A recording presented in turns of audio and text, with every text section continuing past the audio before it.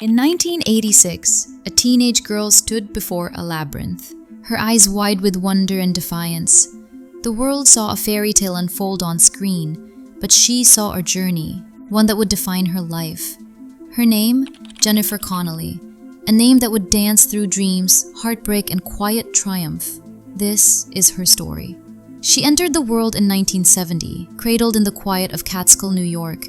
Jennifer Lynn Connelly, a child of two worlds, her father stitched garments in a factory, her mother curated antiques, each piece whispering of forgotten lives.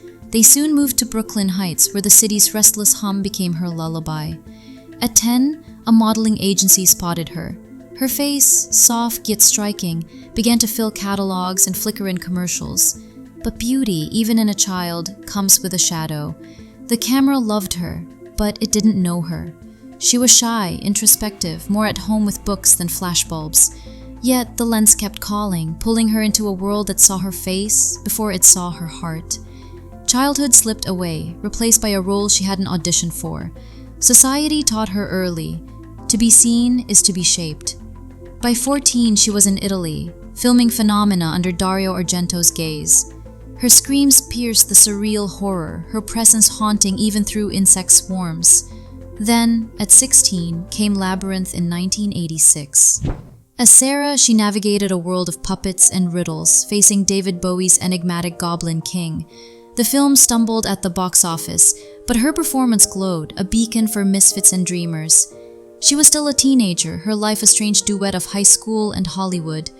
The industry saw her beauty as currency, casting her in roles that leaned on her allure. Career opportunities framed her in a tight tank top, skating through a department store. She played along, but her heart was elsewhere.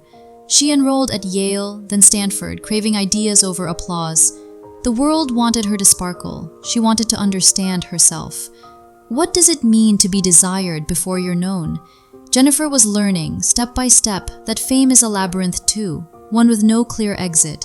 The 1990s were a crucible. Roles came, some fleeting, others unkind.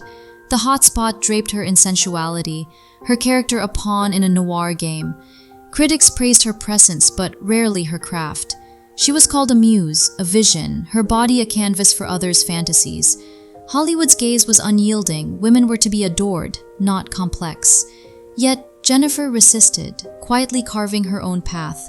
In The Rocketeer, she was Jenny, a dreamer with steel beneath her softness. In Mulholland Falls, she was a woman undone by secrets, her eyes holding worlds of sorrow.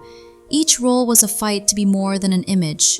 She moved to New York, away from Hollywood's glare, seeking roles that matched her depth. Mistake, actually, with me. So you are of Irish ancestry then? Way back there, yeah. My father's side of the family, obviously, from I'm not sure exactly from where though, but my grandparents were both born here in this country. So. Have you ever been to Ireland? No, I haven't. I'd like to. I'd love to actually. I'd love to go ride horses across the countryside. Do something idyllic like that. That's the place to do it. Then, in 2000, Requiem for a Dream shattered the mold. As Marion, she was raw, desperate, a soul consumed by addiction's hunger. Her performance was a scream into the void, unflinching, unforgettable. Audiences flinched, critics wept. She wasn't just a starlet anymore, she was a mirror, reflecting society's darkest corners. But mirrors crack under pressure.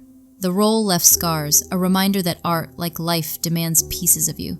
In 2001, A Beautiful Mind redefined her. As Alicia Nash, she was the anchor to a genius's chaos, her love both fierce and fragile. Her eyes told a story of devotion and endurance, earning her an Oscar for Best Supporting Actress. At 31, she stood on the world stage, no longer the ingenue but a woman of undeniable power. Yet the spotlight never relents. Motherhood arrived, first with her son Kai, then with her children with Paul Bettany, whom she married in 2003. She balanced blockbusters like Blood Diamond with raw dramas like House of Sand and Fog. Each role was a tightrope vulnerability woven with strength. The world celebrated her, but also scrutinized her aging, her quiet life, her refusal to play the fame game. Society loves a star who shines, but only if she stays within its script. Jennifer wrote her own. Today, in her 50s, she remains a chameleon. From Top Gun Maverick's grounded Penny to Dark Matter's introspective Daniela, she slips into stories with effortless grace. But her life speaks louder than her roles. She's a mother, a partner, an advocate for clean water through charities like Charity Water. She's lived under the world's gaze for decades, yet carved a space for authenticity. Her journey is ours in miniature. We all face labyrinths of expectation, identity, desire. Jennifer Connelly showed us that beauty can be a mask, but also a map. It can guide you to yourself if you dare to walk its twists. She taught us that fame is a fleeting crown, but integrity is a lasting flame. And maybe that's her truest legacy. Not the awards or the iconic scenes, but the woman who emerged from the maze. A woman who was seen, judged, adored, and still chose to be her own. A woman who reminds us that we too can find our way, even when the world tries to write our story for us. I actually thought about it in this version of my life because I started working when I was so young. I started working when I was 10 years old. That's crazy. And it wasn't something that I had pursued. Like, I never even did a school play. Like, I didn't even watch movies. Like, I was like, it was my mom's idea, and I started working, and then at a certain point when I got a little bit older, I was like, do I really want to do that? This is Retrovidia, where we dig up the stories you were never supposed to hear. Like, subscribe. And if you've ever been judged for who you are, this story was for you.